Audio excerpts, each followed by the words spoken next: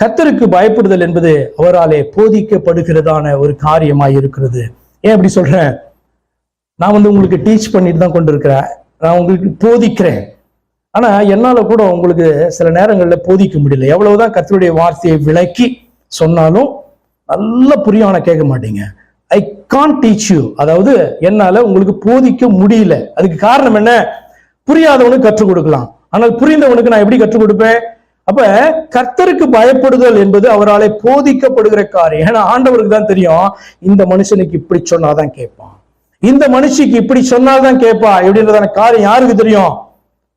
உண்டாக்கிற தெய்வத்துக்கு தான் தெரியும். ஆனபடினால்தான் கர்த்தருக்கு பயப்படுதல் என்பதும் அவராலே போதிக்கப்படுகிற காரியம். ஆண்டவர் என்ன ஒரு டூலா பயன்படுத்தலாம், நீ ஏற்றுக்கொள்ளணுமே.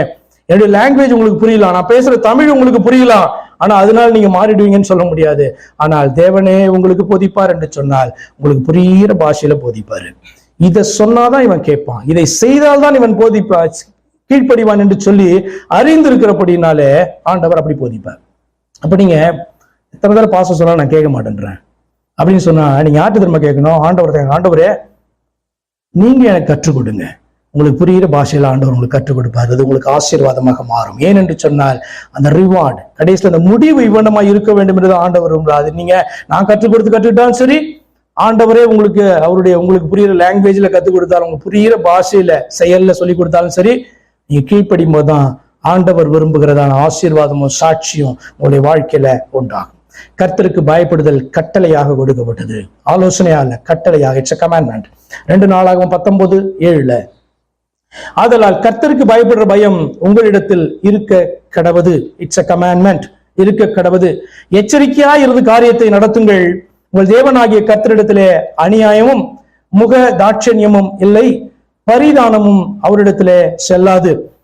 இவ்வளவு நாள் அப்படியே இருந்துட்டு அட்ஜஸ்ட் பண்ணிட்டு அதுக்கப்புறம் என்ன பண்ணுவோம்? இதெல்லாம் மேக்கப் பண்ணிக்கலாம், எக்ஸ்ட்ராவா கொடுத்து மேக்கப் பண்ணிக்கலாம் அப்படின்றது அவுட்டு நடக்காது. இந்த உலகத்துல நடக்கலாம். எக்ஸ்ட்ராவா வேலை பண்ணி என்ன பண்ணலாம்? நீங்க எழுந்ததை சம்பாதிக்கலாம். ஆனால் இந்த தேவனிடத்துல நீங்க இன்னைக்கு மிஸ் பண்ணீங்கன்னா அது நாளைக்கு உங்களுக்கு ஒரு வேலை கிடைக்காம போயிடலாம். நன்றாக புரிந்து கொள்ளுங்க. இந்த தேவனிடத்துல பரிதானம், முகதாட்சண்யம், அநியாயம் என்பது கிடையாது. உங்கள்ட்ட ஆண்டவர் எதிர்பார்க்கிற நாள்ல மாற்றம் உங்களுக்குள்ளே உண்டாகட்டும். ஆண்டவர் உங்களிடத்துல எதிர்பார்க்கிற நாளில உங்களுக்குள்ளே கீழ்ப்படிதல் கடந்து வரட்டும்.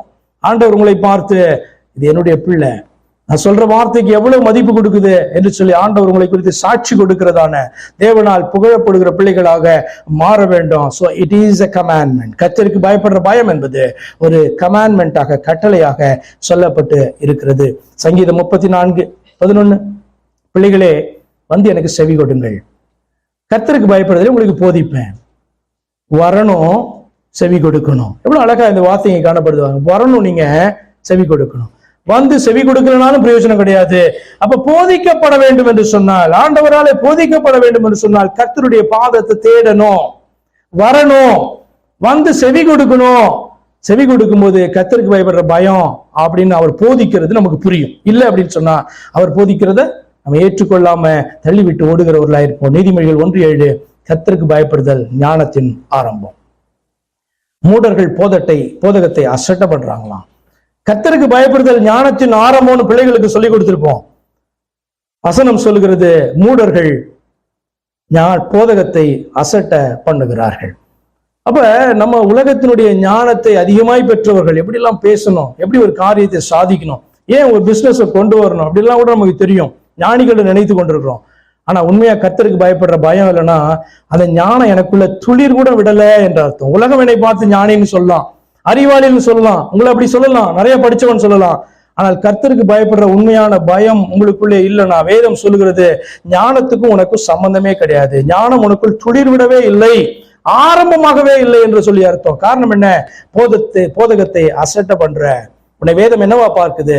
மூடன் என்று பார்க்கிறது.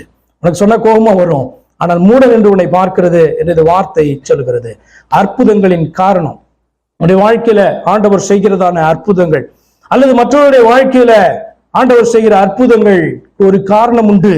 உன்னை காக்கும்படியாய், தன்னுடைய மகிமையை வெளிப்படுத்தும்படியாய் என்று பல காரணங்களை சொல்லலாம். ஒரு காரணம், அவருக்கு பயப்படும் பயம் இன்னதென்று நீ அறிந்து கொள்வதற்காக.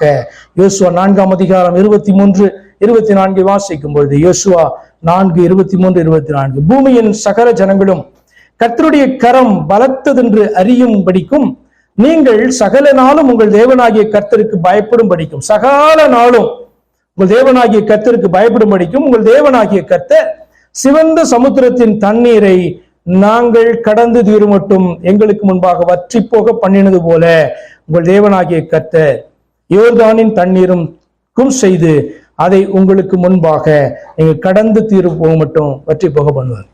மிகப்பெரிய ஒரு அற்புதம் இது.